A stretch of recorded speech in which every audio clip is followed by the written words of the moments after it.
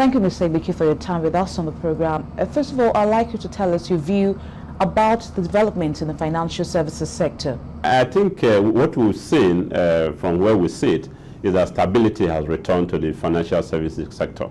On the back of the economic crisis, the financial crisis took a toll on our financial services sector.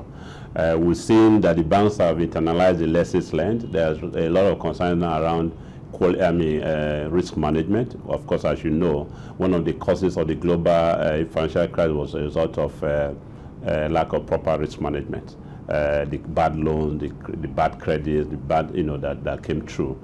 But we've seen the lessons learned. The banks are spending more time, making more investment in ensuring that the quality, the risk management system, process are strengthened. We've seen also strengthening capacity in terms of human capital in that sector, which is very welcome. It's a welcome development because prior to the crisis, risk management was taken like a back seat. It was taken like a back office. So there was not much attention. And the importance of that now is played through, and we see the banks making the right investment in that sector. I think they play their role well. Again, there's still concern around are they doing the core banking as you do? How are they supporting the risk sector in terms of when you look at the manufacturing, for instance, why is our manufacturing sector still down? Interest rate is still too high. A lot needs to be done in that space to make facilities more attractive to the right sector so that we can drive proper economic growth. I think that's still a big concern. When we talk about consumer confidence in Nigeria's banking sector, what do we focus on? I think the survey that we just released is about looking at the customers' confidence in the banking sector, and we titled it "Winning Through Customer Service." I think customer experience, customer service is very, very important. The banking sector need to focus on customer excellence, customer service, because that's a driver. So for any service industry, the customers are the king. So every sector that's operating in the service industry needs to focus on customers. And what we're seeing is that customers are concerned about how they are treated. Customers would like to continue. They would like to bank with the institutions that treat them very well, institutions that actually respond to their complaints, institutions that communicate with them, on a regular basis. Institutions that are also transparent about the fees that they charge, all the charges, the rates, and all that. So that's what our report. That's what the feedback we got from our report. How much do you think consumer confidence has contributed to the growth of the banking sector? Yeah, I think it's a competitive landscape. So the banks that want to grow must ensure that they continue to focus on the customer satisfaction. So because of the competition, the banks that are more customers friendly, that pay more attention to customers, will get a larger share of the market. As I said, there's competition for the share of the market. The customer base, you need to get more customers out of the customer base. So the more focus you are on the customer's experience, ensuring that you treat your customers well, so that they come back to you. They can also refer you to their friends and relatives in terms of, that's what we talked about, the advocacy. So it's a satisfied customer that will recommend your bank to another, to a friend or to a relative. So that is going to, that is going to help the banks to grow their customer base and also drive the growth of their business. Nigeria's revenue from oil has been dwindling in the past few years, and there's been a lot of efforts by the state government to result and grow their internally generated revenue. How well have they succeeded in that? The revenue from oil is dwindling. Our oil production, the daily output is dwindling due to security challenges. Of course, all the vandals also vandalizing pipelines and all that. Clearly, that has made some state governments to focus on what they can generate internally. Some states have done very well. Lagos State, for instance, if you look at what Ogun State is doing, it's also very impressive. And I think they've made a progress in that space. But I think there's more that needs to be done. We need to encourage people, the citizens, to realize that there's value in paying taxes. many people still want to avoid paying taxes if they have the chance. And you can't really blame them. I think it's also a concern from the point of view that do they get value from the ones that they paid. Talking about infrastructure, people have to create their infrastructure. People, if you look at the educational system, the health system, so there's concern generally with the citizens that are they getting value for the taxes that they are paying. I think the more the government can do in that space, then there will be motivation for people to come out more, and then it's voluntary, so they can even, pay the right taxes without much coercion. But the people need to realize that you need to pay your taxes. The government needs money to put the right infrastructures in place, to invest in the educational system, to invest in the health system, and that ultimately will contribute to the development of the economy. Has there been improvements in tax compliance? Yeah, I think there's been improvement. Again, there's also room for more. If you just look at the rebased GDP in terms of the ratio of the internally generated revenue from taxes to the GDP, you find that it's gone down, it's declined.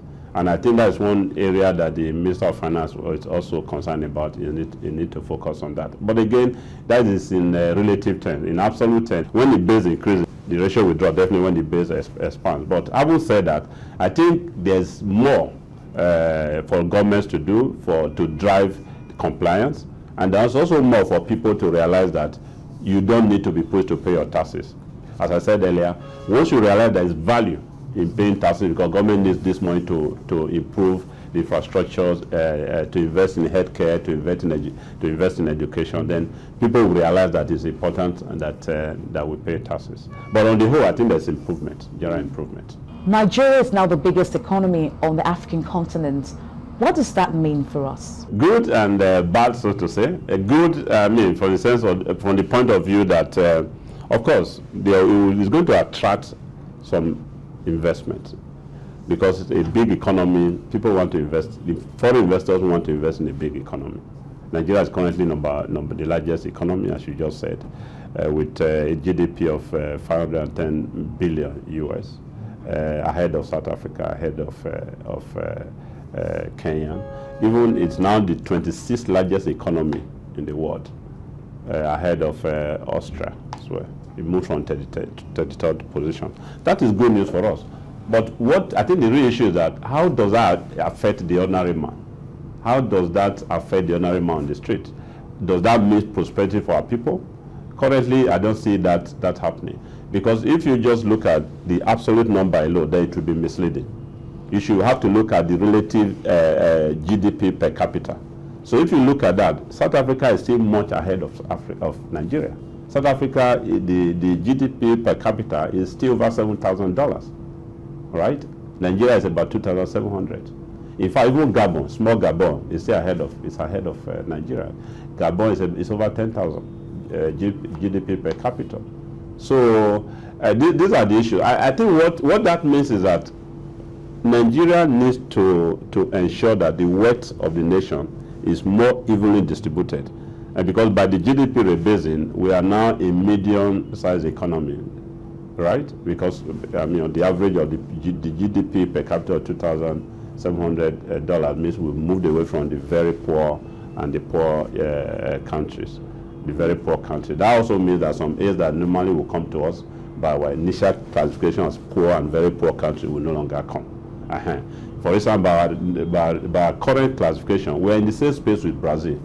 Brazil currently is a member of the BRICS, right? Brazil manufactures steel. Brazil produces 20 times the electricity consumption that they need. We are still struggling. Brazil actually also produces an aircraft right now. So we need to move our infrastructure level to that point where people can begin, to experience prosperity based on the size of the economy. So we need to deal with the challenges around infrastructure. We need to invest in infrastructure. We need to invest in deal with the issue of security. We also need to deal with the issue of corruption, the big elephant.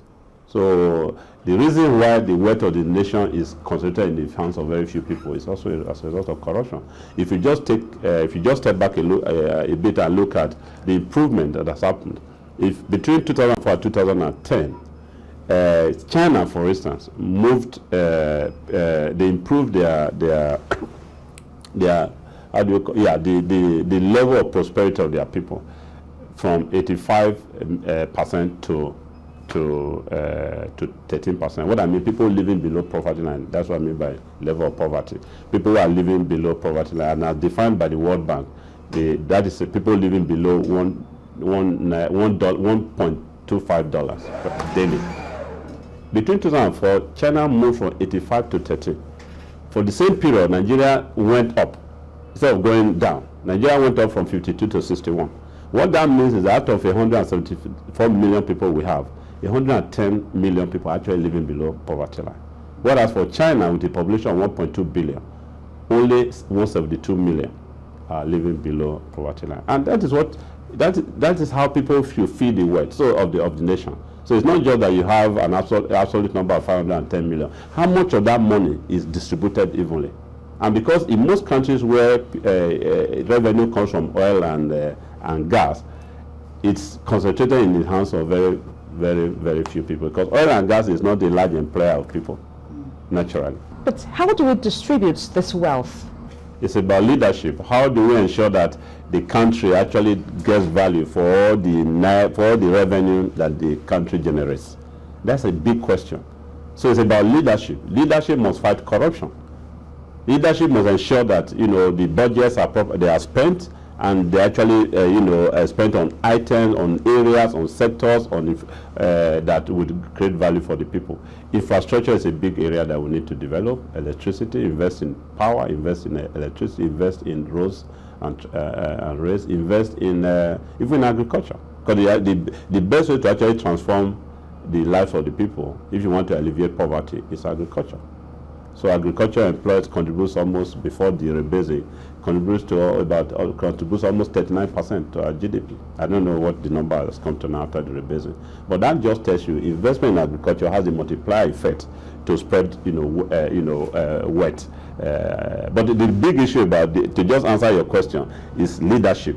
Leadership to deal with corruption, because corruption is what siphons the wealth of the nation into the pockets of very few people.